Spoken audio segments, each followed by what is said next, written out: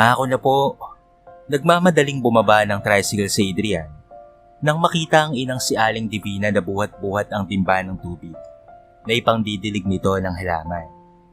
Hapon niyon at kakarating lamang ni Adrian galing sa paaralan. Nagmano si Adrian sa ina at kinuha ang daladala nitong timba na puno ng tubig. Magbihis ka muna doon, anak. Nakangiting wika ni Aling Divina sa butihing anak. Akin na kasi yan. Pambihira, ma. Sinasabi ko na sa'yo na bawal kang magbuhat ng mabibigat na bagay eh. Baka ano namang mangyari sa'yo niyan. Nag-aalalang wika ni Adrian sa inang si Divina. Ilagay mo na yan dyan, ma. At ako na ang magdidilig ng mga alaga mong bulaklak. Napakamot sa ulo si Adrian na hinakbayan ng inang si Divina papasok ng bahay nila. Matapos makapagbihis ng shorts at t-shirt na pambahay, ay kagad niyang ginawa ang pagdidilig ng halaman.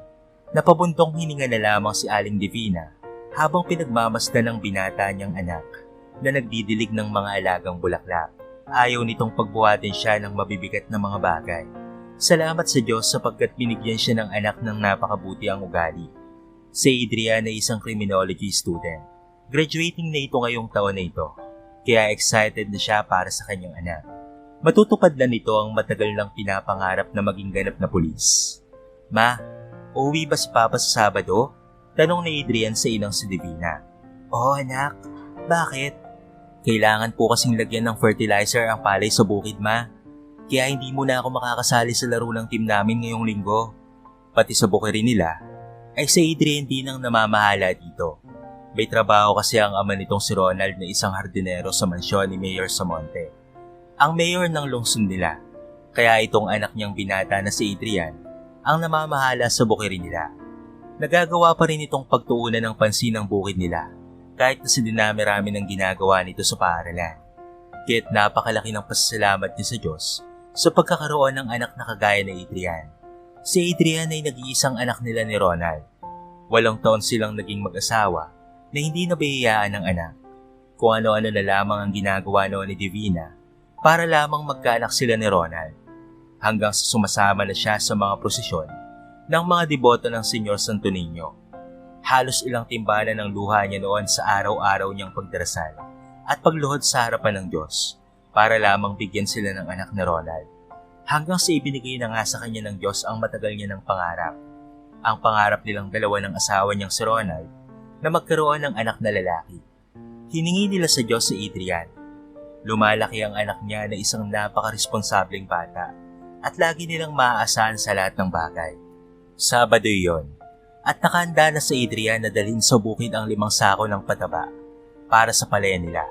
Masaya silang kumain ng agahan dahil napakakwelang magkwento ni Adrian kung kaya panay ang tawanan nilang mag-anak sa habag. Pagkatapos noon anak, anong nangyari? Natatawang tanong ni Aling Divina sa kwentong katatawanan ni Adrian. Ayun ma, hindi niya kinaya at napautot talaga siya sa harapan ng mga kaklase namin. Hagalpakan ng tawa ang ama at pati na rin ang ina ni Adrian.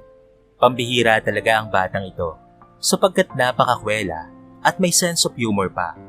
Matapos ang kanilang almusal, ay inihanda na ni Adrian ang dadalhin papunta sa bukid. Ang 5 sakong pataba ay isinakay ni Adrian sa pick-up ng ama. Pako na po dyan, baka mamaya kain ka na naman eh. Saway niya sa amang kinarga ang 1 sako ng pataba. Napapailing na lamang si Mang Ronald dahil sa kabutihan ng kanyang anak. Pa, dito ka na lamang po sa bahay para may kasama si mama. Naroon naman si Makoy at Chino sa bukid na maaaring makatulong sa akin sa palayan. Dito ka na sa bahay para makapagpahinga ka naman. Ani nitong sumakay na sa pick-up. Napasunod si Aling Divina sa anak nang nakalimutan nito ang baong inihanda niya. Salamat ma, alis na po ako. Humalik ito sa noo ng ina. Kumaway pa ito at kinindata ng ama bago umalis. Gawan niyo po kasi ako ng kapatid. Sigaw nito bago tuluyang nakalabas ng bakod nila. Napatawa na lamang si Mang Ronald na ngayon ay nagtatanggal ng damo sa bakuran nila. Malayo pa si Adrian sa palaya nila sa bukirin at tila ito ay politikong binabati ng bawat madaanan na magsasaka sa bukirin. Napakabait talaga ni Adrian kung kaya ay tinitingala ito ng mga taga-bukid. Mataas ang tingin ng mga ito sa kanya lalo na at malapit na siyang makapagtapos sa pag-aaral. Pagbaba niya sa pick-up sa maliit na bahay nila sa bukirin ay kaagad na nagtakbuhan papalapit kay Adrian ng dalawang pinsan niyang sina Makoy at Gino. Kuya Adrian, pagbati ng mga ito sa binata. Oh, mabuti naman at hindi kayo gumala. Samahan niyo akong maglagay ng pataba sa palay ha. Bibigyan ko kayo ng suhol. Nakangiting wika ni Adrian. Ayun oh, palatak ni Makoy at Gino. Kuya, nariyan na pala si Ate Roxanne. Nakauwi na pala galing Davao. Uy, kinikilig na yan. Tudyo pa ni Makoy sa pinsan niyang si Adrian na sandaling natigilan sa sinabi niya. Si Roxanne ay isang anak ng trabahador nila sa palay noon na si Mang Macario at Aling Linda. Naghiwalay ang mag-asawa nang magloko si Mang Macario sa asawa. Nag-abroad si Aling Linda, kung kaya ay naiwan na lamang si Mang Macario at Roxanne.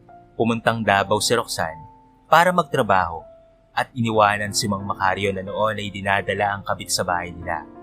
Gusto niya si Roxanne noon, pero mga bata pa lamang sila ng mga panahong iyon. Siguro ay napakaganda na ni Roxanne ngayon. Ilang taon niya na kasi itong hindi nakikita. Uy Kuya Adrian, naloko na. Nahulaan na sa mundo nang banggitin natin sa Ate Roxanne. Bonghalit na tawa ni Gino. Tumigil nga kayong dalawa. Ang babata niyo pa eh. Pakikipagrelasyon na kaagad ang iniisip niyo. Mag-aral kayong mabuti ha. Bulyaw niya sabay kurot sa dalawa na nagtatawanan pa. Kaagad na ibinaba na Adrian isa-isa ang 5 sako ng pataba. Nang nagsisimula ng umangat ang araw sa silangan, ay nagsisimula na si Adrian sa ginagawang paglalagay ng pataba sa palaya nila.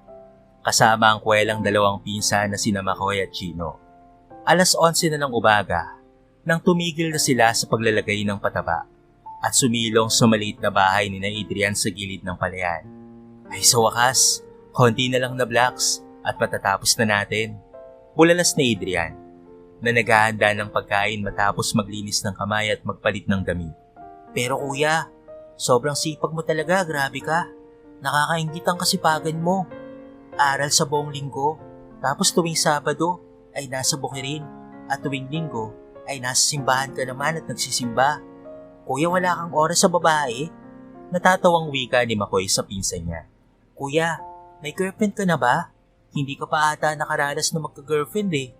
Kaya hindi na kami nagtataka kung isang araw malaman naming papari ka. Humagalpak na tawa ni Gino sa sinabi ni Makoy. Kayong mga bata kayo, pag-aaral muna ang atupagin nyo at paano kayo makakatulong sa mga magulang nyo sa kanayang pakikipagrelasyon kapag tapos na kayo sa pag-aaral at kaya nyo nang bumuhay ng pamilya. Seryosong saad ni Adrian sa 2 pinsan niya na nagkatinginan at humagal pa kulit sa tawa. Kuya, pakikipag-asawa naman yung sinasabi mo eh. Pakikipag-jowa lang naman yung ibig namin sabihin. Singit ni Gino sa pagitan ng mga tawa. Pakikipag-jowa ba ka mo? Eh paano kung magkamali kayo ha? At makabuntis sa pakikipag-jowa nyo sa batang edad nyo? Hindi ba malaking problema ang papasukin nyo? Kaya tigil-tigilan nyo ako sa mga kalokohan nyo ha? Napatikim naman si Makoy sa sinabi ng Kuya Adrian nila. Kahit kailan, ay napakaseryoso nito pagdating sa buhay. Kung kaya ay saludo talaga sila sa katinuan nito. Hindi mo ito maliligaw sa maling landas.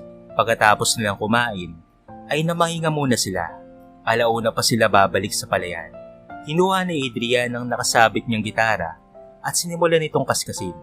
Napabangon si Makoy sa hinigaang papag at lumapit sa Kuya Adrian niyang tumutugtog ng gitara. Napakagaling talaga ng Kuya Adrian niya. Kaya hangang-hanga siya rito. Sinasabayan nito ng pagkanta ang bawat tugtuging tinutugtog nito sa gitara. Napakaganda rin ng boses nito at pwedeng isali sa mga patimpalak. Natigilan sila nang marinig ang sunod-sunod na sigaw ng isang babae. Naririnig din nila ang galit na boses ni Mang Macario. Habang ito ay sumisigaw, tansya nila ay lasing na naman ito. Mang Ronald, Aling Divina, Adrian, tulungan niyo ako. Sigaw ng isang babae sa labas. Napatayo si Adrian sa kinauupuan. Nang pagsilip niya sa bintana, ay nakita niya si Roxanne na inaambalos ng sinturon ni Mang Macario. Tumatakbo si Roxanne papalapit sa kanila at nagpupumiglas sa hawak ni Mang Macario. Nahawakan ng lalaki ang mahabang buhok ng anak na si Roxanne, kung kaya ay hinigit ito ng lalaki. Walang iya ka! Kahit kailan, pinapadalan ka pala ng pera ni Linda eh. Tapos nitago mo sa akin? Muling sinampal ni Mang Macario ang kanyang anak nang may malakas na braso ang pumigil sa kanya. Napatigil ang lalaki nang makitang si Adrian na hinila si Roxanne papalayo sa kanya. Adrian, huwag kang mangialam dito. Napatiimbagang si Adrian nang makitang may malaking sugat si Roxanne sa binti na tila sugat na gawa ng itak. Ang gilid ng labi nito ay may dugo rin mula sa sampal na tinamo sa mga kamay ni Mang Macario. Nagpupupuyos ang damdamin ni Adrian nang makita ang maraming galos ni Roxanne sa katawan. Anong klaseng ama ang kayang sakta ng kanyang anak ng ganito? Mang Macario, tama na yan. Tigil na Adrian sa matanda. Huwag kang makialam dito, Adrian ha. Papatayin ko ang batang yan. Itinatago niya mula sa akin ang pera ng inay niya. Galit na wika ni Mang Macario. Adrian, isusugal lang naman ni tatay ang pera ni inay at ibibigay doon sa kabit niya. Wala nang matitira sa akin sa pag-aaral ko. Kaya ako tinatago ang pera ni inay. Saka ayaw rin ni inay na bigyan ko ng pera si itay dahil gagamitin niya lamang yun para sa kabit niya. Umiiyak na sumbong ni Roxanne kay Adrian. Makoy, Gino, tapusin niyo na ang paglalagay ng pataba. Dadalhin ko lang si Roxanne sa ospital ng bayan. Mang Macario, tigilan mo na ang ginagawa mo. Maaari kang makulong sa ginagawa mo sa anak mo. Napakalaki ng kasalanan mo sa batas, lalo na sa anak mo. Kaya tumigil ka na bago pa kita isplong sa mga pulis. Inalalayan ni Adrian si Roxanne na makasakay sa front seat ng pickup niya. Dadalhin niya ang dalaga sa ospital na walang tigil sa pag-iyak. Masakit ba ito? Nag-aalalang wika ni Adrian na nilagyan ng malinis na telang pangbenda ang malaking sugat nito dahil wala itong tigil sa pagdugo. Tumango na lamang si Roxanne na pinigil ang paghinga nang ibinikis ni Adrian ng penda sa binti niya. Bakit napakalaki nito? Tinaga ako ni tatay ng itak niya. Mabuti na lamang ay nakaiwas ako. Tumakbo ako sa labas ng bahay at hinampas niya sa akin ng itak. Buti na lang binti ko lang ang natamaan. Hindi napigilan ni Adrian ang awa niya sa dalaga at pinahid ang mga luha nito. Dadalhin kita sa ospital. Huwag ka na munang umuwi sa inyo. Doon ka na lang muna sa bahay manatili. Salamat, Adrian. Maraming salamat. Ani nitong pinahid ang mga luha sa mga mata. Gulat na gulat si Mang Ronald at Aling Divina nang pag-uwi ni Adrian sa bahay nila kinahaponan ay kasama na nito si Roxanne na noon ay nakabenda na ng maayos ang binting na sugatan ng itak ng ama niyang si Mang Macario. Nagamot na rin naman ang galos sa braso niya at ang mga pasahan nito sa katawan. Awang-awa si Mang Ronald at Aling Divina kay Roxanne. Tumito ka na muna anak. Huwag ka nang umuwi roon sa bukid. Dito ka na lang sa bahay nang may kasama naman ako kapag wala si Adrian at Ronald. Wika ni Aling Divina. Sa lungsod lang nila nag-aaral si Roxanne ng accountancy at nasa pangalawang taon pa lamang ito ng kolehiyo. Napatigil kasi ito sa pag-aaral ng 2 taon noong nagtrabaho ito sa siyudad ng Davao. Kaibigang matalik ni Aling Divina si Linda na ina ni Roxanne na lang ibang bansa para mapag-aral ang anak. Napakabuti ng mag-asawang Ronald at Divina. Pati na rin si Adrian ay napalaki ng maayos ng mga ito. Kung kaya ang puso ni Roxanne na dati nang may paghanga kay Adrian, ay lalo pang nagkaroon ng damdamin para sa binatang nagligtas sa kanya. Kabaliktaran naman sa tahanan ni Mayor Danilo Samonte, kung gaano kapayapa at masaya ang payak na tahanan ng mag-asawang Ronald at Divina, ay kabaliktaran naman sa marangyang tahanan ng alkalde ng lungsod nila. Telma, hindi mo pa talaga kayang disiplinahin yung anak mo ha? Bulyaw ni Mayor Danilo Samonte sa asawang si Telma.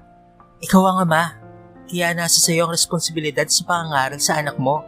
Balik namang bulyaw ni Telma. Wala ka talagang kwenta. Alam mo ba kung anong kasalanan na naman ba ang ginawa ng anak mo ha, Telma? Nagkibit balikat na lamang ang babae na halatang walang pakialam sa anumang sasabihin ni Mayor Danilo. Danilo, pagod na ako sa kakapangaral kay Cedric. Kahit anong gawin ko sa batang yan, ay hindi naman niya nakikinig eh. Napabuntong hininga na lamang si Telma Samonte. Si Karen, subukan mong kausapin.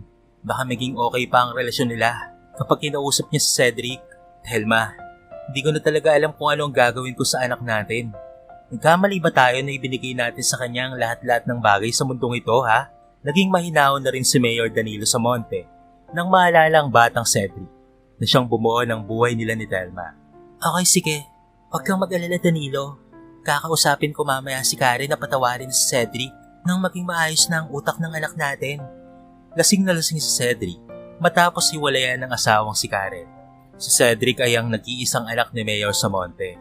Asawa nito si Karen at parating nag-aaway ang dalawa dahil sa pagiging happy-go-lucky ni Cedric. Gala dito At gala doon, kahit may asawa na ito.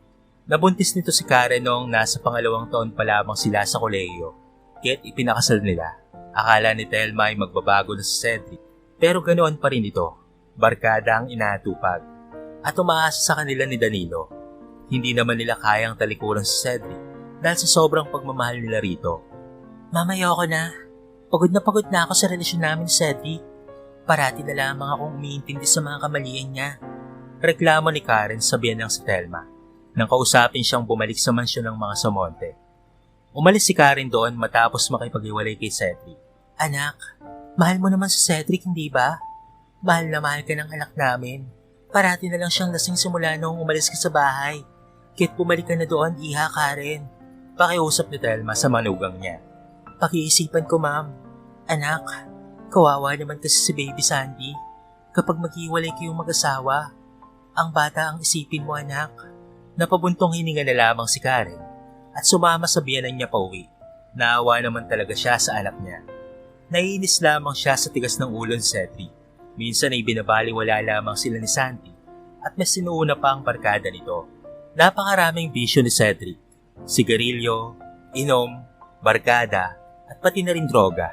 Kahit anak ito ng mayor ng lungsod nila, ay ito ang isa sa mga pasaway sa lungsod nila. Ayaw pang umuwi ng bahay. Ani ni Cedric na lasing. Pare, gabi na kasi.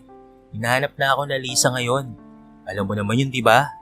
Pare, di pa tayo uwi dahil magagalit sa akin si Mami.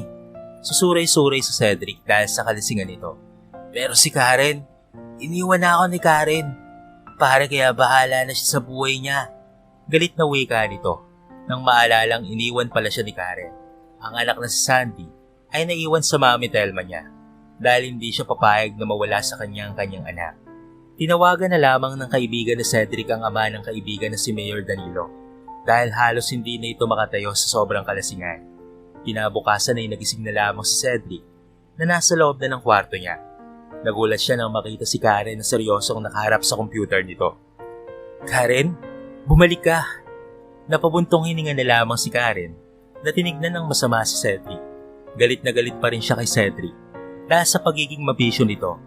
Pero naaawa siya sa anak nilang si Sandy na parati na lamang siyang hinahanap. Pumalik ako ng dahil kay Sandy, hindi para sa'yo. Wala sa mood na sagot ni Karen. Ha?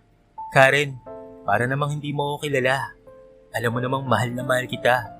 Ganito lang talaga ako. Mahal? Kung mahal mo ako, bakit mas mahalaga pa sa'yo ang mga kaibigan mo? At pati na rin ang paglalasing. Kung mahal mo ako, ay pwede mong baguhin ang pagkatao mo. Kalimutan mo yung mga barkada at bisyo mo. Ikaw, kung mahal mo ako, bakit hindi mo ako matanggap? Bakit hindi mo matanggap ang pagiging ako, ha, Karen? Sa ganito na ako eh. Bakit hindi mo ako matanggap? Napapailing si Karen habang niyayakap siya ni Cedric. Miss na miss kita. Huwag mo na ulit akong iiwan, ha? Mababaliw ako, Karen. Mababaliw ako. Umagulgol na wika ni Cedric sa asawang si Karen habang nakayakap dito ng mahigpit. Muling nanumbalik ang saya at sigla ni Cedric sa pagbabalik ng asawa niya sa buhay niya. Ngunit kahit anong iwas niya sa mga bagay na pinag-aawayan nila ni Karen, ay hindi niya pa rin nagagawa. Natatangay pa rin siya ng kamunduang kaligayahan. At gaya ng dati, palagi na lamang siyang nagiging sakit ng ulo sa mga magulang niya at sa asawa niyang si Karen. Pati ang negosyo sa droga ay pinasok na nga nitong si Cedric dahil sa laki ng perang kikitain niya. Napapaluwa si Karen nang makita si Cedric na may kasamang babae sa ibabaw ng kama ng hotel. Hindi nakauwi si Cedric ng araw na yon, kung kaya ay hinanap ito ni Karen. Tinawagan niya ang mga kaibigan nito at sa kanya na lamang nasa isang hotel pala ito kasama ang isang babaeng bayaran. Lasing na lasing si Cedric at lango sa droga. Parang dinudurog ang puso ni Karen sa nakita. Ang asawa niya ay may ibang babaeng kasama sa ibabaw ng kama. Kakayanin niya pa ba ito? Durog na siya sa nakikita niya. Nabuksan niya ang kwarto na iyon dahil hindi rin naman ito nakalak. Hayop ka, Cedric! Hindi napigilan ni Karen ang sariling sinugod ang asawang nag-e-enjoy pa sa ginagawa nito. Kasama ang bayarang babae. Hinampas niya si Cedric nang dala niyang bag na nakatalikod at nakapatong sa katawan ng babae. Tila ito binuhusan ng malamig na tubig nang siya ay makita. Kagad itong lumayo sa babae at nagmamadaling magsuot ng dami. Karen mahal, let me explain. Wala ka nang dapat na ipaliwanag pa sa akin dahil alam ko na ang lahat. Hindi ako tanga, Cedric. Bulyaw ni Karen sa asawa. Nainis na inis pa. Pinagbababato niya ito ng kung ano-anong mahawakan niya. Tila naman nahimasmasan si Cedric dahil sa sobrang kalasingan na niyakap ang kanyang asawang nagwawala. Lumayo ka sa akin. Nakakadiri ka. Huwag mo akong hawakan, Cedric. Makiwalay na tayo at dadalhin ko sa bahay si Sandy. Hindi ko na kaya ang mga ginagawa mo sa akin. Hiyaw ni Karen na itinulak ang asawa at nagmamadaling lumabas ng hotel. Naiwan si Cedric na napahilot sa sentido. Bakit ba ito nangyari sa kanya? Bakit ba ganito ang nangyari sa buhay niya at sa relasyon nila ni Karen? Hindi niya naman sinasadya ang lahat at nadala lamang siya ng kalasingan niya. Sa kabilang banda naman, sa pamamahay ng mag-asawang Ronald at Divina, puno sila ng kasiyahan kasama ang anak na si Adrian. Idagdag pa sa kasiyahan nila ang dalagang si Roxanne na ngayon ay kasama nila sa loob ng bahay. Magalang at matulungin si Roxanne sa mag-anak, kung kaya ay mabilis itong nakapalagayan ng loob ng mag-asawang Ronald at Divina. Magalang rin ito sa mag-asawa. Nagkaroon tuloy sila ng ekstrang anak na babae na masarap magluto at naglilinis ng bahay. Inaalagaan rin ni Roxanne ang mga bulaklak ni Aling Divina sa paligid ng bahay nila at lumago ang halaman ni Aling Divina ng gusto. Nagagandahan ang mga bulaklak sa paligid ng bahay nila na umayon rin sa kagandahan ni Roxanne. Nalilito tuloy ako kung sino ang mas maganda, ang kulay dilaw na rosas o si Roxanne. Namumulang saad ni Adrian, isang hapon pagdating niya galing sa paaralan at nakita si Roxanne na nagdidilig ng mga rosas ni Aling Divina. Napatawa naman ng pagak si Aling Divina sabay abot ng kape sa binatang anak. Tinamaan ka ba, anak? Tinamaan ng palaso ni Cupido, ma. Kumakabog-kabog tuloy ang puso ko kapag nakikita ko si Roxanne. Napahagikik ang ginang, sabay hampas sa balikat ng anak. Dilikawan mo na, anak. Baka maunahan ka pa ng mga kaibigan mo. Nako, ang bagal-bagal. Usad pa kong ka, anak. Bulalas ng inang napapailing na lamang na napasunod ang tingin sa walang kamalay-malay na si Roxanne na tuloy-tuloy lamang sa pagdidilig ng halaman ng kanyang ina. Nagkapinoan si Adrian nang makita niyang muling kumuha ng balde ng timba si Roxanne. Ako na. Nagmamadaling kinuha ni Adrian ng isang timba ng tubig dahil sa bigat ng dala ni Roxanne. Kaya ko naman yan, Adrian. Nahihiyang wika ni Roxanne sa binatang tagapagligtas niya.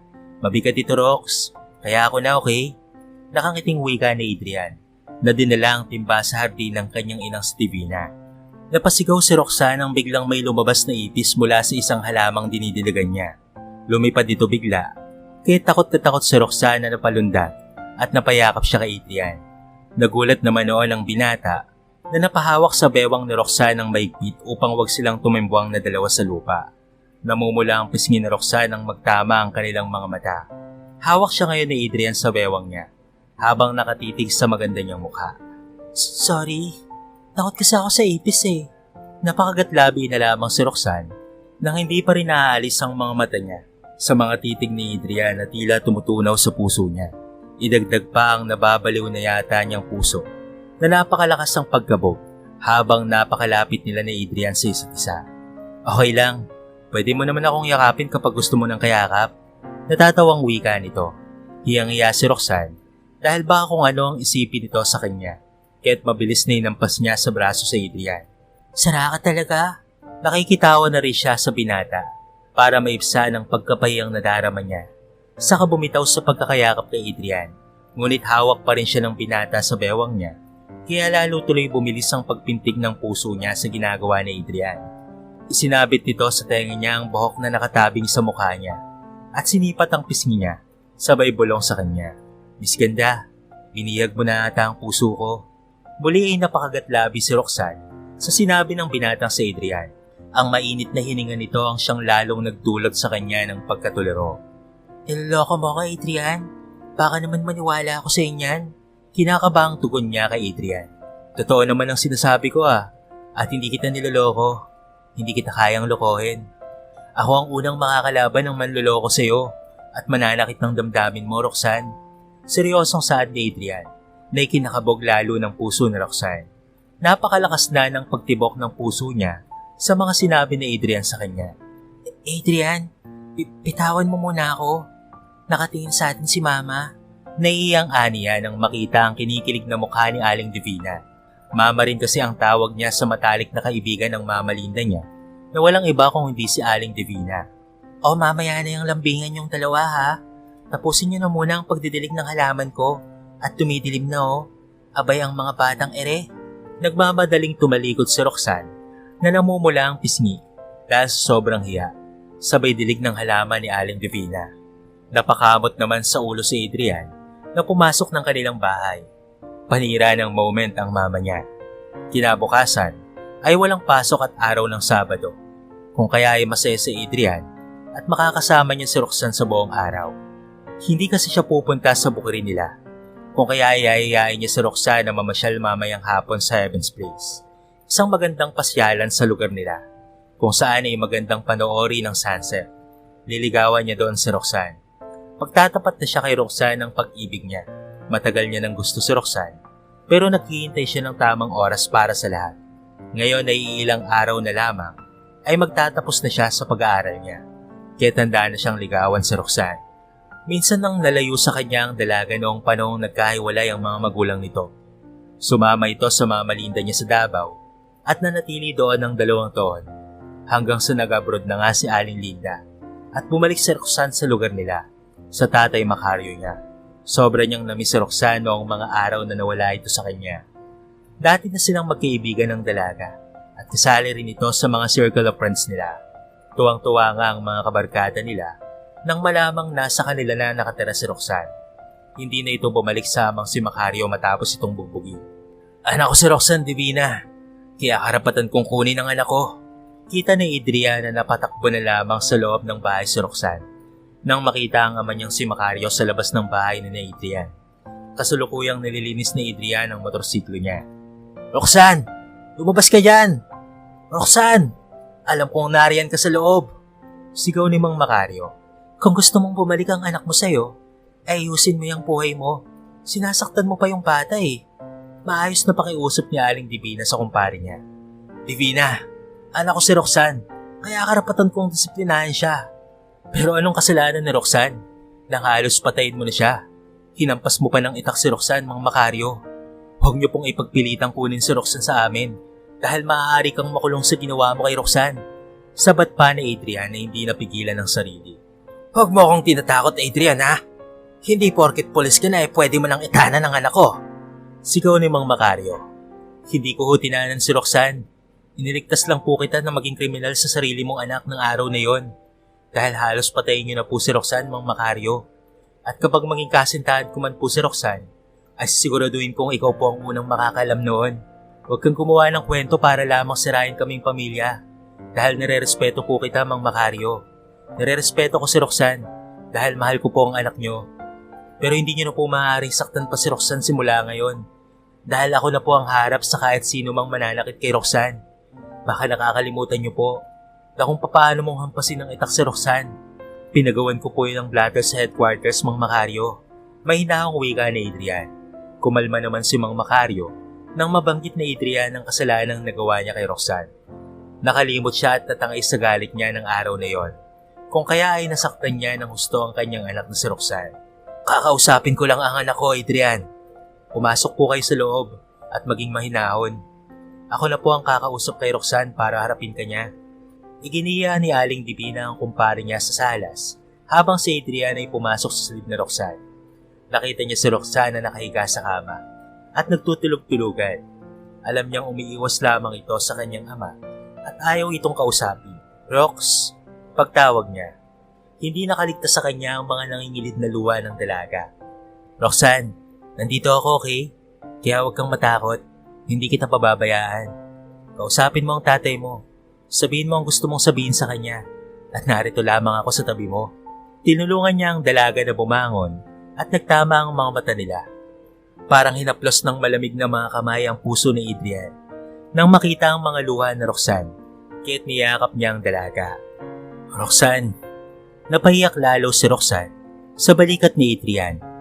Naghahalo ang nararamdaman niya. Saya dahil narinig niya mismo sa mga labi ni Adrian na mahal siya nito. Takot dahil baka dalhin siya ng ama at ilayo sa pamilya ni Adrian. At pati na rin sa binata mismo. Napamahal na siya sa kanyang Mama Divina at Papa Ronald na mga magulang na Adrian. Mas lalong mahal naman niya sa Adrian. Adrian, ayokong umalis dito. At ayokong sumama kay Itay pauwi sa bukid. Ani ang umiiyak at hindi mapatid ang mga luha. Shh! Roxanne, hindi ako papayag na maghiwalay tayo ulit. Hindi ako papayag na mawala ka pa sa akin ulit. Kaya papakasalan kita kahit hindi ka pa tapos na mag-aral. Okay lang kahit pagkatapos na nating ikasal ay mag-aral ka pa rin. Papakasalan kita pagkatapos kong graduate. Napakagatlabi si Roxanne sa sinabi ni Adrian. Papakasalan siya nito gayong wala namang sila. Pero hindi niya mapigilan ang mapangiti sa binata. Hindi niya naikubli ang isang matamis na ngiting sumilay sa mga labi sa sinabi ni Adrian. I love you, Roxanne. I'm sorry. I didn't tell you earlier. Napakamot sa batok si Adrian kasabay noon ay ang paghalik ni Roxanne sa pisngi niya. I love you too, Adrian. Matagal na. Matagal na kitang mahal. Dati pa man. Naiiyak na wika ni Roxanne sa binata na ngayon ay malapad ang ngiti sa mga labi. Napatalon pa ito sa kama ni Roxanne dahil sa sobrang saya. Totoo ba yun ha? Na sinasagot mo na ako? Totoo ba yun ha, Roxanne? Nakatawang wika ni Adrian. Oo, sinasagot na kita. Alangan namang magpakipot pa ako. Mahal naman na talaga kita. Ang tagal ko nang may gusto sa'yo Dati pa. Napakalambing wika ni Roxanne. Gulat na lamang si Roxanne nang masayang binuhat siya ni Adrian at dinala sa labas na sumisigaw sa tuwa. Ma, sinagot na ako ni Roxanne. Mang Macario, girlfriend ko na po ang anak niyo. Napayuko si Roxanne sa harapan ni Aling Divina at ng tatay niyang si Mang Macario na halatang hindi nagustuhan ang relasyon nila ni Adrian. Maingat siyang ibinaba ni Adrian sa gilid ng upuang kawayan. Roxanne, lumalandi ka na sa mura mong edad. Hindi napigilang bulyaw ni Mang Macario. Pinalak niyang pagtrabuhin muna si Roxanne para makatulong sa kahirapan niya. Hindi niya inaasahang magiging asawa kaagad ito ng anak ng kumpare niyang si Ronald at kumare niyang si Divina na hindi rin naman nakakaangat sa buhay. Tay, hindi na po ako bata. Hindi lang po talaga ako nakapagtapos ng pag-aaral dahil natigil ako sa pag-aaral ng 2 taon. Mag-aaral naman ako ng maayos kahit may boyfriend na ako. Samantala, masayang-masaya naman si Divina para sa anak at inaanak. Ninang kasi siya ni Roxanne sa binyag at ganoon na rin si Linda kay Adrian. Umuwi ka ng bahay, Roxanne, at tumigil ka na muna sa pag-aaral mo. Alam mong hirap na ako sa 4 mong kapatid. Wala akong pinagkakakitaan. Hindi naman ako binibigyan ng pera ng ina mong si Linda Magtrabaho ka muna. At naghahanap ng tendera si na Mayor Danilo sa hardware nila. Tay, hindi ko responsibilidad na buhayin ang mga anak mo sa babae mo. Alangan namang bibigyan ka ng pera ni nanay para buhayin ang kabit mo at mga anak nyo. Anong tingin mo kay nanay? Gatasan ng pera? Hindi na ako uwi sa bahay at magtatrabaho dahil alam kong ang sahod ko ay kukunin mo lang rin naman sa amo ko. Pinapaaral ako ni inay at alam ni inay na narito ako kina Mama Divina. Hindi na ako uwi sa atin. Madamdaming wika ni Roxanne sa kanyang ama. Walang nagawa si Mang Macario upang hatakin pa uwi si Roxanne. Hindi niya rin ito mapipilit, lalo na't nakasandal na ito sa pamilya ni na Ronald at Divina. Pinagmamalaki pa ata ng anak niya ang boyfriend nitong pulis, kaya walang nagawa si Mang Macario para dalhin pa uwi si Roxanne. Kasalanan na rin naman niya ito at sinaktan niya sa Roxanne, kaya hindi niya masisisi ang kanyang anak kung ayaw na nitong bumalik sa kanya. Sa paglipas ng ilang buwan, ay sobrang saya ni na Adrian at Roxanne sa relasyon nila. Kahit magkasama sila sa isang bubong, ay mataas ang respeto ni Adrian sa kanya at hanggang halik lamang talaga ang nagagawa niya kay Roxanne. Kinapagpapasalamat naman ang dalaga kasi kung siya yon baka hindi na siya makapagpigil pa at makagawa ng kahalayan, pero mataas ang kontrol ni Adrian sa sarili at respeto sa kanya. Nangako itong magpapakasal muna sila bago gumawa ng bagay na hindi mo nila dapat gawin. Nagsisimula ng mag-OJT si Adrian bilang pulis. Doon din mismo yon sa police station sa lungsod nila. Sang araw ay pinatawag silang lahat ng chief of police ng estasyon nila na si Chief Guevara. Na-remind sila nito ng mga nararapat nilang gawin dahil ito ang unang pagkakataon na makakasama sila sa isang drug raid na gaganapin sa lungsod nila. Naka-high alert ang buong kapulisan dahil sabi ng informant nila ay may mga high-profile drug personalities ang huli nila. Pinagdarasal naman ni Adrian ang unang raid na sasalihan niya, na sana ay gabayan ng Diyos ang buong team nila.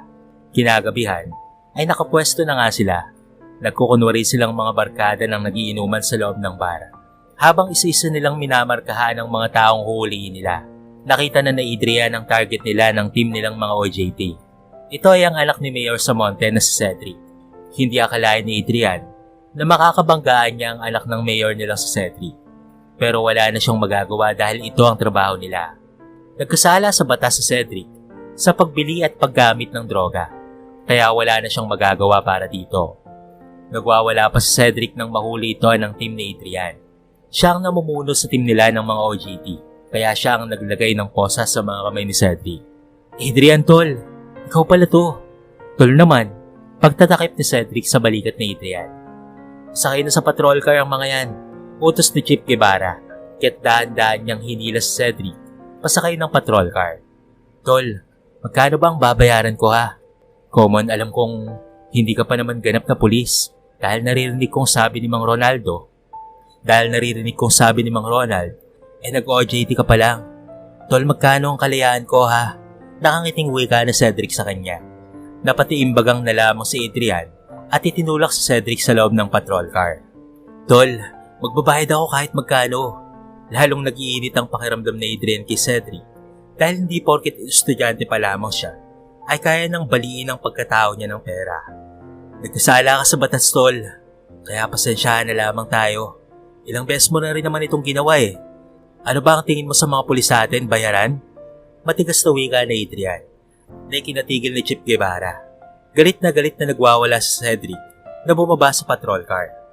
Hoy Adrian, anak ka lang ng hardinero namin. Bakit ang yabang-yabang mo ha? Hindi ka pa nga gumag-graduate eh, at para kang kung sino nang umasta. Baka nakakalimutan mong pera ng mga magulang ko ang pinambabayad sa eskwelahan. Umalpas ang kamao ni Adrian at tinamahan si Cedric sa pisngi. Kinuwelyohan niya ito na natigilan dahil sa insista ni Adrian. Hindi niya inaasahang magiging mainit sa kanya ang binata dahil alam niyang napakahaba ng pasensya nito na kahit dati ay pinagtatawanan ng barkada nila ay nagpapakumbaba pa rin ito. Tol, baka nakakalimutan mo rin. Pinagtrabahuan ni Papa ang sinasabi mong pera ng mga magulang mo. Hindi humingi si Papa ng pera sa mga magulang mo para sa pag-aaral ko at wala kaming utang ni pisong kusing sa mga magulang mo. Baka nakakalimutan mong tao ka pa rin. Huwag kang masyadong magmataas, Cedric.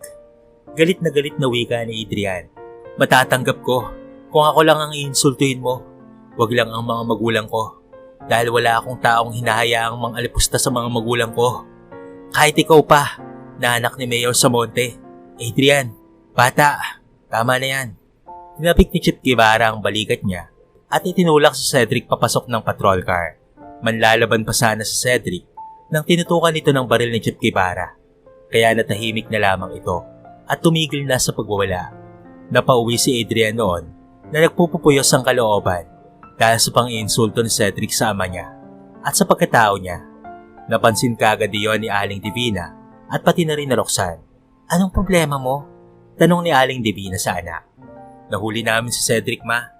Doon po kanina sa ginawa naming raid at gusto niya akong suhulan ng pera pero hindi ko siya pinatulan hanggang sa ininsulto niya po ang pagkatao ko. Hindi ko na ho natiis nung pati po si Papa ay ininsulto niya na. Dahil galing raw sa mga magulang niya ang perang pinapaaral niyo sa akin, ma. Nakatimbag ang nawika ni Adrian. Okay lang yan, anak. Baka lasing lang si Cedric. Alam mo naman ang taong yon. Mabuti naman at nahuli na yon. Pero makakalabas rin yan dahil babayaran lang rin ni Mayor Samonte ang pulis na humuli kay Cedric. Ani ng ina niya, kaya't napatawa ng pagak si Adrian at tumitig sa ina. Hindi nila ako kayang bilhin, ma. Kahit magkano ang ibigay ng pera sa akin ni Mayor, hindi niya kayang bilhin ang pagkatao ko. Malalim na napabuntong hininga si Aling Divina at hinaplos ang balikat ng anak. Alam niya maya-maya lang ay darating na si Mayor Samonte para kausapin ang anak niya. Alam ko, anak, na mabuti kang tao at hindi kami nagkamali ng papa mong palakihin ka ng tama. Alam mo kung ano ang tama. Darito lamang kami para suportahan ka, anak. Niyakap siya ng inang si Divina at nakaramdam si Adrian ng paggaan ng nararamdamang bigat sa puso niya. Lalong gumaan ang pakiramdam niya nang makita si Roxanne na sumilip sa kanila mula sa kusina na nagluluto. Hi. Pagbati ni Roxanne sa kanya, tuluyang nawala ang nadaramang inis ni Adrian at lumapit kay Roxanne. Anong niluluto mo, Rox? Ginataang kulay. Tipid na sagot ni Roxanne, sabay kapit sa braso ni Adrian. Lambing ng girlfriend ko ah. Kamusta ang school? Ani nitong ikinulong si Roxanne sa mga bisig niya. Okay naman, love. Medyo nahihirapan lang ako sa inorganic chemistry ko. Paglalambing niya pa kay Adrian. Matalino kasi ito, lalo na pagdating sa science. Kaya ito lagi ang nagiging tutor niya sa tuwing hindi niya naiintindihan ang klase nila. Sinasadya mo talagang hindi makinig sa professor mo ha. Kasi gusto mong ako ang gawin mong tutor dito sa bahay. Natawa na lamang si Roxanne nang kilitiin siya ni Adrian sa bewang niya. Matapos silang maghapunan, ay dumating na nga ang mag-asawang Samonte. Kasama ng mga ito si Chip Guevara na ngayon ay kinausap sa Adrian ng sarilinan. Bata, kung anong desisyon mo, nasa likod mo lang ako. Ilang ulit ko na rin namang kinausap si Mayor tungkol sa anak niya. Pero kahit kailan, ay hindi nagtatanda si Cedric at nakakahiya na ang record ng pulisya sa ginagawa nila bata. Kaya susuportahan kita sa desisyon mo. Salamat Chip, hindi ako mababayaran ni Mayor. Good Adrian, hindi ako nagkamali sa pagkakakilala ko sa'yo. Hindi kita bibitawan bata at nasa likod mo ako.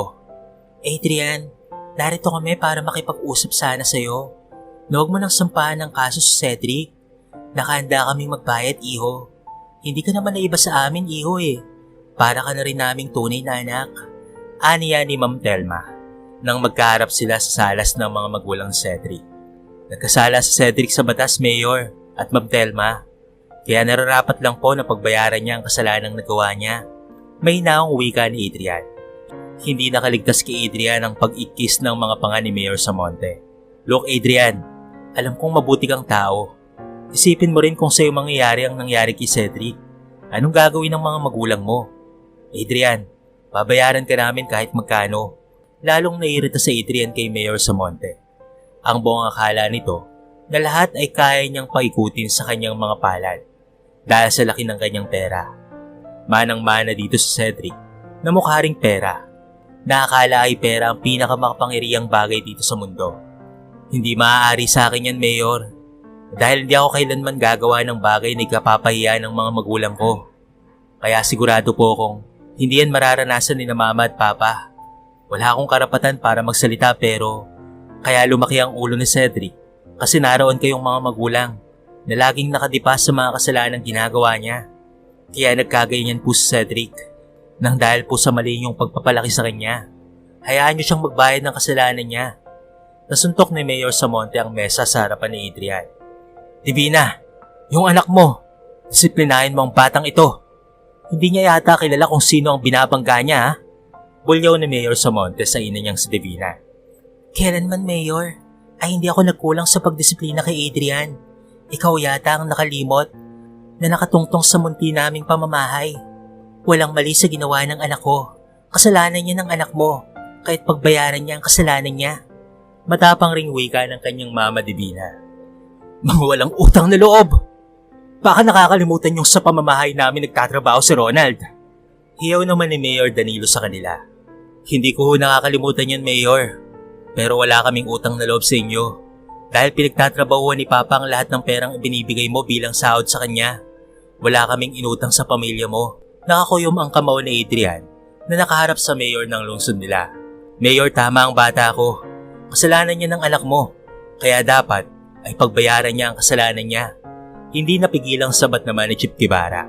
Pati ba naman ikaw, Chip? Hindi makapaniwalang bulalas ni Mayor Samonte. Umaayon lang ako sa kung ano ang tama, Mayor. Pasensya na. Nagkataon lang na ang pulis na nakahuli sa anak mo ay hindi mo mabibili ng salapi mo. Galit na lumisa ng mag-asawang Samonte sa tahanan ni Adrian. Nagpaalam naman na si Chip Guevara kina Adrian at umuwi na rin sa bahay nila. Masayang masaya si Chip Guevara nang nakatagpo na siya ng pulis na hindi kayang bilhin ni Mayor. Ilang ulit na nilang hinahuli si Cedric pero nakakalabas lamang ito matapos bayaran ni Mayor ang pulis na nakahuli sa kanyang anak. Isa si Cedric sa pasaway sa lungsod nila at dumudumi sa imahe ng mga kapulisan na sa lungsod nila. Nakulong nga si Cedric dahil hindi tinanggap ni Adrian ang suwal na pera ni Mayor Samonte na ikinatuwa naman ng lubusan ni Chief Guevara. Naipangako ni Chief Guevara sa sarili na kapag makapagtapos na si Adrian ay kukunin niya kaagad ito sa team niya. Dahil gusto niya ang ipinapakitang katapangan ni Adrian sa tungkulin. Kahit estudyante pa lamang ito, dinala si Cedric sa City Jail at sinimulan ang kanyang trial. Sa mga lumipas na buwan, sa korte ay wala nang ngipin ang mga pulis sapagkat batas na ang maglilitis sa mga kriminal. Gulat na gulat si Chief Guevara sa pinawalang desisyon ng korte na pinawalang sala si Cedric. Sa kabila ng iprinisintang ebidensya ng pulisya, mabigat ang kalooban ng hepe ng pulis sa nangyari at napapailing na lamang ito. Alam niyang muli na namang mag-aasik ng lagim sa lungsod nila ang anak ni Mayor Samonte. Ngayong nakalaya na ito, magbebenta na naman ito ng droga at susuportahan na naman ng ama. Kapag mahuli si Cedric, ay muli pa ring makakalaya dahil sa babayaran lamang ni Mayor Samonte ang pulis na nakahuli rito. Pauwi na si Adrian ang hapon na iyon galing sa presinto. Natapos na rin ang OJT nila at nagpapapirma na lamang siya ng achievements niya kay Chief Guevara. Sakay siya ng motorsiklo nang biglang may rumaragas ang sasakyan at kumintigan na nga siyang banggain. Nagulat si Adrian at itinabi ang motorsiklo sa daan. Bumalik naman ang itim na kotse at siya ay binaril. Mabilis na nakailag si Adrian at kitang-kita niya ang tumatawang si Cedric. "Tol, do you like my surprise? Di mo man lang ba ako babatiin? Nakalabas na ako oh." Ani nito at lumapit sa kinaroroonan na Adrian. Cedric, naikuyom niya na lamang ang kanyang kamao dahil sa sobrang gigil sa ginagawa sa kanya ni Cedric. Lumabas ito ng sasakyan at lumapit sa kanya. "You disappointed me, Adrian. Akala ko pag nakagraduate ka na ay magagamit kita. But you are so useless, like your father. Pamilya kayo ng mga walang silbi at mga walang kwenta. Ngayong nakalabas na ako, huwag mong isiping hindi kita babalikan. Hindi ako natatakot sa kagaya mong masamang damo ng lipunan, tol. Kaya huwag kang puro salita." Inis na sigaw ni Adrian nang tumalikod na si Cedric at bumalik sa loob ng sasakyan. "Anyway, tol, gusto ko pala yung girlfriend mong si Roxanne. Iniwan na ako ni Karen, kaya pwede ko namang paglaruan ang Roxanne mo, di ba?" Pang-aasar nito sa kanya, sabay buhay ng makina ng sasakyan. Naiiwan si Adrian na nagpupupuyos ang kalooban sa ginawa ni Cedric na nagbabanta sa kanya, pati kay Roxanne. Lumipas ang ilang linggo na tahimik na lamang ang buhay ni Adrian. Ang ama niyang si Ronald ay umalis na sa tahanan ni Mayor Samonte bilang isang hardinero. Pinag-initan na kasi siya ni Mayor Danilo simula noong nagkabanggaan sina Adrian at Cedric. Nagluluto na lamang siya ng pagkain at ibinebenta sa paaralan, katulong ang asawang si Divina. Kahit papaano ay masaya pa rin silang mag-anak. Araw ng pagtatapos ni Adrian sa kolehiyo, masaya ang buong tahanan nila kasama si Roxanne at ang ina nitong si Linda na kakauwi pa lamang. Sa bahay ng kaibigan niyang si Divina siya tumuloy dahil naroon naman ang anak niyang si Roxanne. Masayang-masaya ang lahat sa pagtatapos ni Adrian. May mga bisita sila, mostly ay mga barkada ni Adrian at Roxanne. Naroon rin si Chief Guevara na masayang-masaya. Ibinalita niya rin kay Adrian na susuportahan niya ito lalo sa pagkuha ng exam sa Napolcom. Kapag nakapasa na ito, ay may naghihintay na sa kanyang pwesto sa presinto. Hindi sasayangin ni Chief Guevara ang isang kagaya ni Adrian na may pusong nakahandang magserbisyo sa bayan. Kakaunti na lamang ang ganitong uri ng mga pulis ngayon na may malinis na pagkatao. "Anak, masayang-masaya ako sa tagumpay mo." Maluwalo ang wika ni Aling Divina na nakayakap sa anak niyang mas matangkad pa sa kanya. "Salamat, ma. Hindi ko po kayo bibiguin ni Papa." "Congratulations, love." Iyakap ng maigpit ni Adrian si Roxanne at hinalikan nito sa noo. "May sorpresa ako para sa'yo." Malambing na wika ni Adrian sa dalaga. Napangiti naman si Roxanne sa binata. "Ikaw tong graduate pero ako yung may sorpresa? Kaya kita mahal na mahal, Adrian eh." Napayakap naman si Roxanne ng maigpit sa binata. "Adrian, mahal na mahal kita." Ani ang hinalikan sa labi ang kasintahan at ibinigay ng buong-buo ang sarili sa binata bilang regalo niya rito. Sa pagtatapos nito, napakasaya naman ni Adrian at siya ang unang lalaki sa buhay ni Roxanne kaya't hindi niya na iyon sasayangin pa. Papakasalan niya si Roxanne. 3:00 ng hapon nang magpaalam si Adrian sa ina at pati na rin sa ama na mamasyal kasama si Roxanne. Nagpaalam rin sila kay Aling Linda na kaagad namang pumayag. Nakayakap si Roxanne sa bewang ni Adrian ng maigpit habang nakasakay sila sa motorsiklo at binabaybay nila ang kahabaan ng kalsada. Love, ano ba yung sorpresa mo sa akin ha? Hindi na ako mapalagay kung ano man yan. Natatawang wika ni Roxanne. Mamaya pagdating natin sa pupuntahan natin. Tuwang-tuwa si Roxanne nang makarating na sila sa Heaven's Place. Matagal niya nang pangarap na dalhin siya ni Adrian sa lugar na yon para sila ay mamasyal. Love, ang ganda dito. Parang bata na idinipan ni Roxanne ang mga kamay habang sinasamyong malakas na hangin sa tuktok ng pasyalan. Napakaraming bulaklak sa lugar na iyon at kitang-kita nilang paglubog ng araw. Labali ka. Subalit paglingon ni Roxanne ay nagtataka siya nang makita si Adrian na nakaluhod sa harapan niya. Mahal kong Roxanne, maaaring hindi ito ang tamang oras pero ayokong sayangin ang bawat sandaling kasama ka. Gusto kong iparamdam sa iyo sa araw-araw na mahal kita.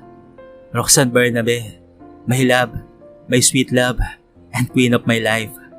Will you marry me? Hindi nakahuma si Roxanne nang inilabas ni Adrian ang isang singsing sa bulsa nito, isang silver ring na may maliit na batong nakapatong. Hindi man mamahalin pero alam niyang ang pagmamahal ni Adrian sa kanya ay higit pa sa anumang mamahaling diamante dito sa mundong ibabaw. Hindi talaga siya nagsisisi na ibinigay kay Adrian ang pagkababae niya dahil sobrang mahal niya ito at ganoon rin ito sa kanya. Napaluha si Roxanne na lumapit sa binata at iniabot ang kamay niya rito. Yes, Adrian, magpapakasal ako sa iyo. Kahit hindi pa ako tapos na mag-aral, nakahanda akong magpakasal sa iyo, love. Maigpit na ikinulong ni Adrian sa mga bisig niya si Roxanne, kasabay noon ay ang pagdampi ng mga malalamyos na halik sa mga labi niya, sa mga labi ng dalaga. Salamat, love. Hindi ka naman mag-aral kahit kasal na tayo. Papaaralin pa rin kita. Paplanuhin natin ng maigi ang pamilya natin. Saka ka na magbubuntis kapag tapos ka na mag-aral. Hindi kita papahirapan, Roxanne. Mamahalin kita habang buhay. Then Adrian closed the space between them and met Roxanne's lips again. Papaano kung mabuntis ako sa ginawa natin kanina? Napakagatlabi si Roxanne. Kasalanan niya naman at talagang inakit niya si Adrian kanina. Okay lang rin naman, kaya lang mahihirapan ka sa pag-aaral mo. Mag-iingat na tayo sa susunod. Ikaw kasi ginulat mo ako kanina eh. Nakangiting wika ni Adrian. Sabay halik sa punong tenga ng nakikiliting si Roxanne. Napakasaya ng dalawa na hindi nila namamalayan na dumidilim na pala. Nagsisimula na ring pumatak ang ulan kaya't sumilong muna sila at hinintay na tumila ang ulan bago umuwi. Tinawagan ni Adrian ang ina para hindi ito mag-alala. 7:00 na ng gabi nang tumila ang ulan. Kumain na lamang si Adrian at Roxanne sa kainan doon sa loob ng Heaven's Place bago umuwi. I love you, love. Ani ni Adrian sa dalaga nang sumakay na sila sa motorsiklo. I love you to, love. Tugon naman ni Roxanne sa binata, sabay halik sa piski ng kasintahan niya. Umangkas na rin si Roxanne sa motorsiklo at yumakap kay Adrian. Dahan-dahan lamang ang takbo ni Adrian dahil sa madulasang daan at nasa likuran niya si Roxanne. Nang biglang may isang rumaragas ng sasakyan ang sumalubong sa kanila. Sinadya talaga silang banggain ang sasakyan na iyon. Love, ingat! Sigaw na Roxanne, ngunit hindi sila nakaiwas sa sasakyang kasalubong nila. Tuluyan silang tumilapon sa kalsada. Sa nawawalang paningin ni Roxanne, ay nakita niya ang nakangising mukha ni Cedric. Tulong! Tulong!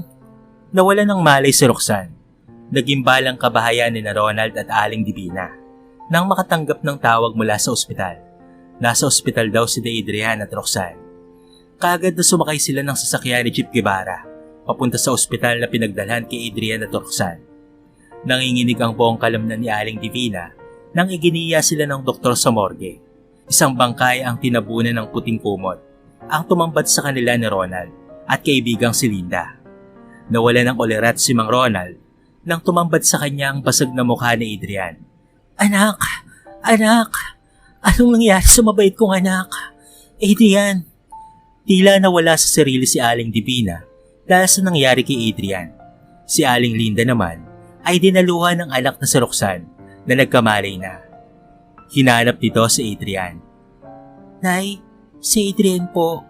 Hindi nakapagsalita si Aling Linda Hindi niya alam kung papaano sasabihin sa kanyang anak na wala na ang kanyang nobyong si Adrian. Alam niyang masasaktan ng lubusan ng anak niya. Anak, huminahon ka lang ha. Muling nawala ng ulit si Roxanne nang malamang wala na si Adrian. Hindi niya ito matanggap. Anong ginagawa mo, Roxanne? Pinagtatanggal na Roxanne ang nakasabit na dextrose sa katawan at umuwi ng bahay nila Adrian. 2 araw na pala siyang walang malay sa loob ng ospital. Love, gumising ka. Magpapakasal pa tayo, hindi ba? Papakasalan mo pa ako, di ba? Love, gumising ka. Isang mabigat na mga kamay ang tumapik sa balikat ni Roxanne at nakita niya ang umiyak na si Aling Divina. Wala na si Adrian. Wala na si Adrian natin. Mahigpit na niyakap siya ni Aling Divina nang magsimulang manginig ang mga katawan ni Roxanne. Hindi niya matatanggap na sa isang iglap at sa isang kisap mata ay mawawala na lamang si Adrian. Si Cedric. Si Cedric ang bumangga sa amin ni Adrian. Magbabayad ang hayop na yan. Hindi ako titigil hanggat hindi makulong at magbayad ang hayop na Cedric na yan. Sigaw na Roxanne na nanginginig sa magkahalong galit at lungkot sa pagkawala ni Adrian. Matapos ang pag-iimbestiga ng pulisya, ay lumabas ang warrant of arrest para kay Cedric dahil sa mga nakuhang ebidensya laban sa kanya na sinadya niyang banggain sina Adrian at Roxanne. Muling naipasok sa kulungan si Cedric habang nakaburol pa rin si Adrian dahil ayaw pa itong ipalibing ni Aling Divina. Hayop ka! Isang nakakatulilig na sampal ang pinakawalan ni Roxanne nang makita si Cedric sa loob ng kulungan. Pagbabayaran mo ang ginawa mo kay Adrian. Mabubulo ka sa bilangguan. Napangisi naman si Cedric sa sinabi ni Roxanne. Rox, baby, baka nakakalimutan mo na kami at ang pamilya ko ang batas at makapangyarihan sa lungsod natin. Sinundan niyo ni Cedric ng isang nakakalokong tawa na sobrang ikinainis ni Aling Divina. Napalingon sila nang dumating ang abogado ni Cedric para piyansahan ito at makalabas ng kulungan. Napaluha sa pagpipigil at galit si Roxanne kay Cedric. Anak, hayaan mo na. Hayaan mo sa ibang paraan pagbayaran ni Cedric na yan. Ang kasamaan niya. Matalim na nakatitig si Aling Divina sa salbahing anak ni Mayor Samonte. Pagbabayaran mo ang lahat ng kasamaan mo. Pagbabayaran mo ng buhay ang kinuha mong buhay. At higit pa ang buhay na sisingilin ko dahil sa ginawa mo sa anak ko. Matigas na wika ni Aling Divina kay Cedric. Nakakatakot naman po, Aling Divina. Takot na takot ako. Natatawang wika ni Cedric habang ito ay nangaasar pa, sabay tulak sa ginang. Kahit saan tayo magharap-harap, ay nakahanda akong harapin ka, Aling Divina. Masyado kasing pabida ang anak mong pulis kaya hanggat maaga pa lamang ay mas mabuti pang putulin na ang kagaya niya sa balat ng lupa para mabawasan ang mga pakialamerong kagaya niya. Asik nito sa ginang na ngayon ay napaluha na lamang sa galit. Pagdating nito sa bahay ay dumiretso ito sa kabaong ng anak at doon ay umiyak ng umiyak. Ganoon rin si Roxanne na ngayon ay tila balisan na nakayakap sa kabaong ni Adrian. Habang ito ay umiiyak, binuksan ni Aling Divina ang kabaong ng kanyang anak at doon ay kinausap ito. Anak, huwag mo silang pagpahingahin hanggang sa hindi sila magbabayad. Huwag mo silang patulukin hanggat sa makaganti tayo. Huwag mo silang tatantanan, anak. Humahagulgol na wika ni Aling Divina. Habang ang mga luha ay masaganang bumabaha sa pisngi ng wala ng buhay na anak. Divina, tama na. Tama na, mahal ko. Pagpahingayin muna natin si Adrian. Ipasa Diyos na lamang natin ang lahat. Awang-awa si Ronald sa asawa niyang nagdadalamhati dahil sa pagkawala ng kanilang anak. Anong sinabi mo? Nawala sa akin ang nag-iisa kong anak. Hiningi ko sa kanya si Adrian, pero kinuha niya ito sa akin. Hindi pa ako handa, Ronald. Hindi pa. Napakabait ni Adrian ko. Bakit ang kagaya niyang may mabuting kalooban ang kinuha niya? Bakit ang anak kong napakabuti ang puso? Bakit hindi na lamang yung masamang tao na yon?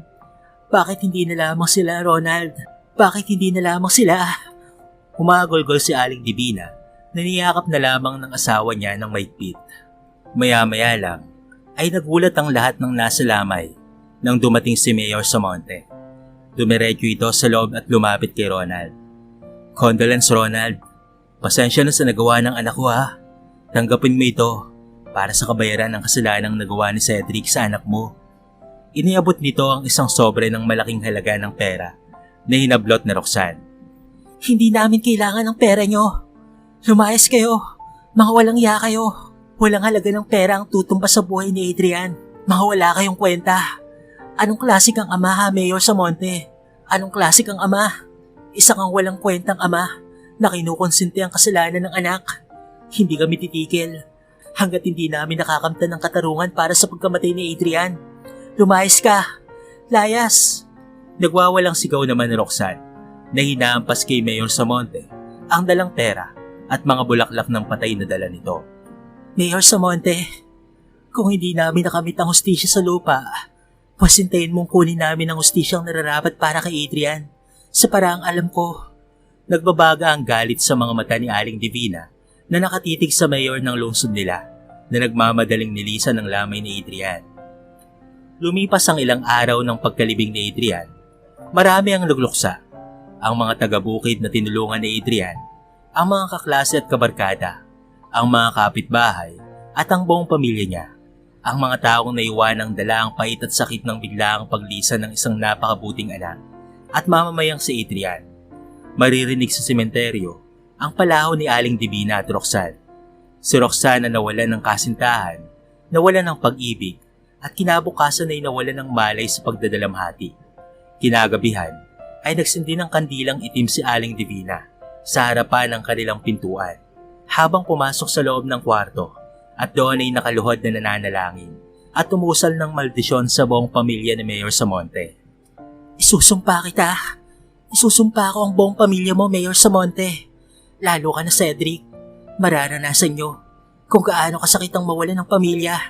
Mararanasan nyo ang lahat ng sakit ng dinanas ng pamilya namin. Isusumpa ko sa Diyos ng Kadiliman na pagbabayaran ni Cedric ang buong buhay ng pamilya niya nang nararanasan namin.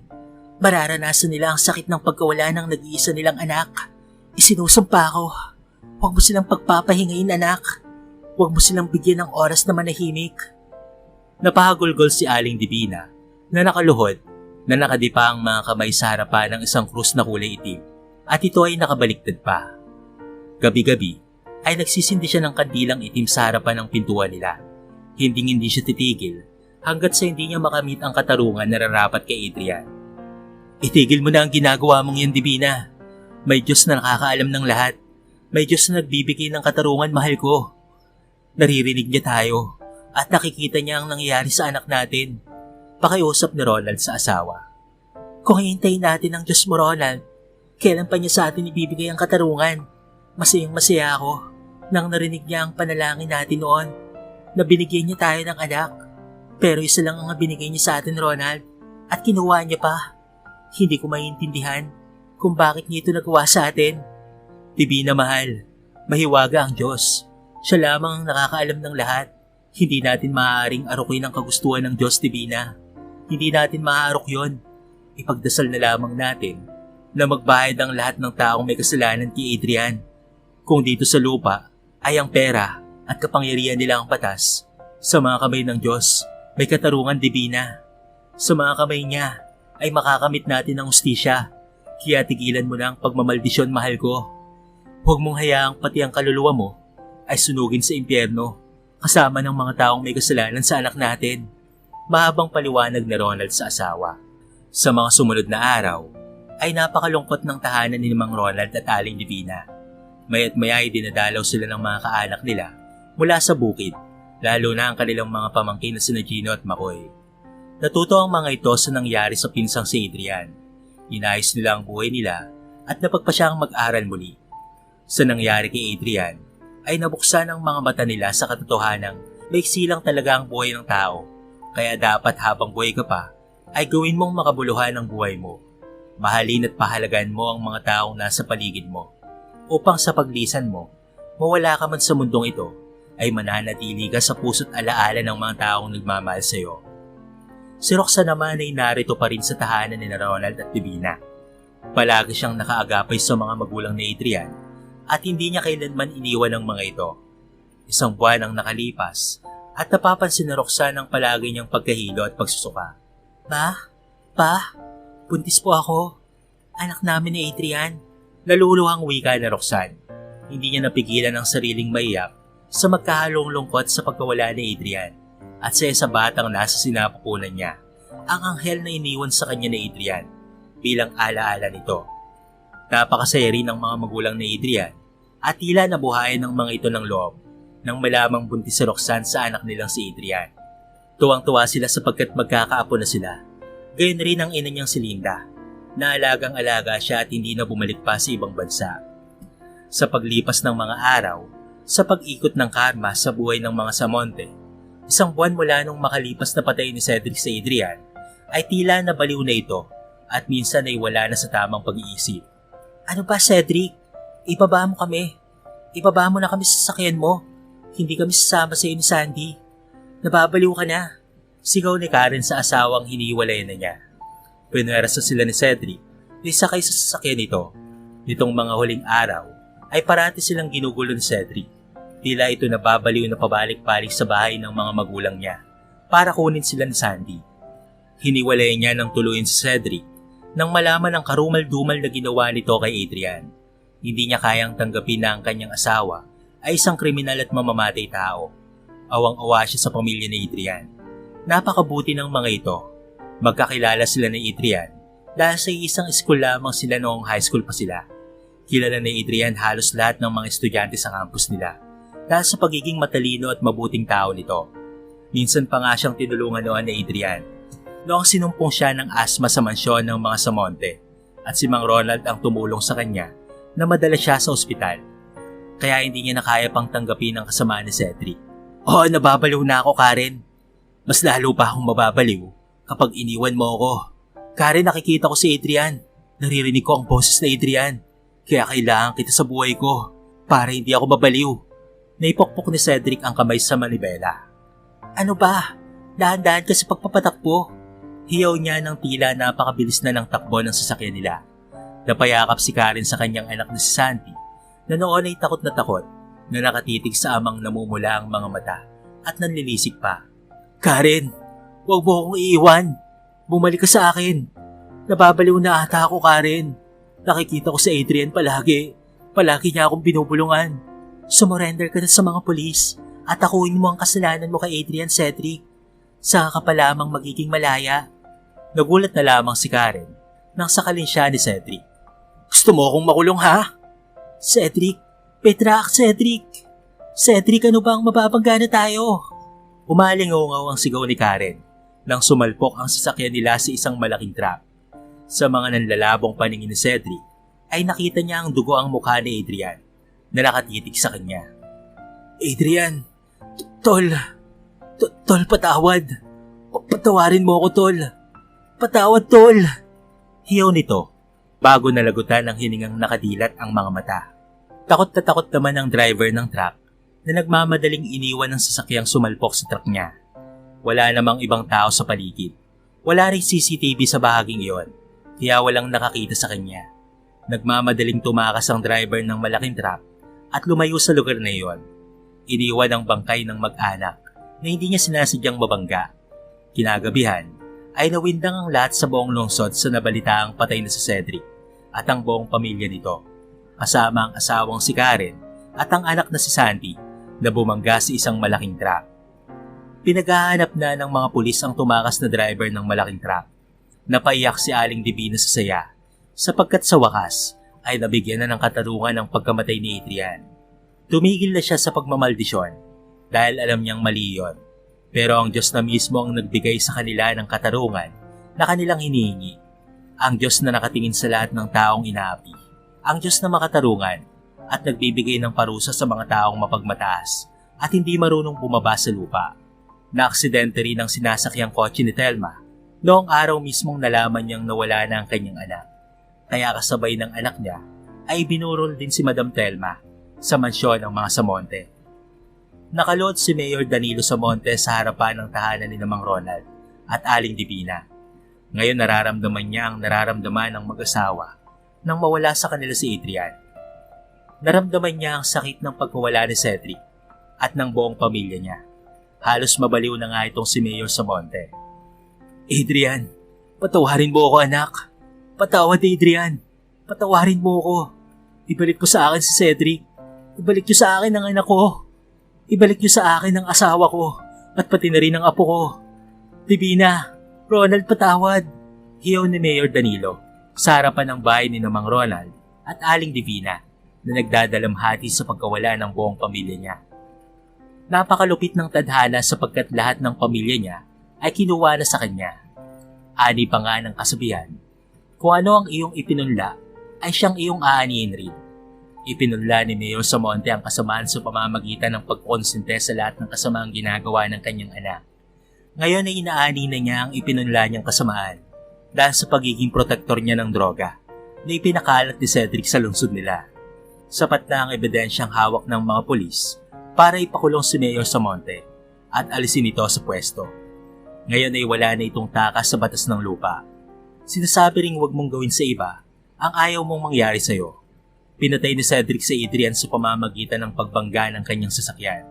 Namatay rin naman siyang nabangga sa isang malaking sasakyan. Nangyari sa kanya ang ginawa niya kay Adrian. Karma na ang mismong bumalik sa buong pamilya sa monte. Mata sa mata at bara-ibara. Yan ang kasabihang lagi nating tatandaan. Ang Diyos ay makatarungan at ang may hawak ng ating buhay. Kaya habang tayo ay may hininga pa, ialay natin ang ating buhay sa pagmamahal sa ating kapwa. Sapagkat hindi natin hawak ang ating buhay. Tanging ang Diyos lamang ang nakakaalam kung hanggang kailan ang ating ilalagi sa mundong ibabaw. Hindi natin maaarok ang mga plano ng Diyos sa ating buhay. Kaya hayaan natin ang may kapal na ang siyang maging driver ng ating buhay. Sa araw-araw, maging sa magpakailanman. Hanggang sa muli mga kaibigan, maraming salamat sa pakikinig sa ating kwento.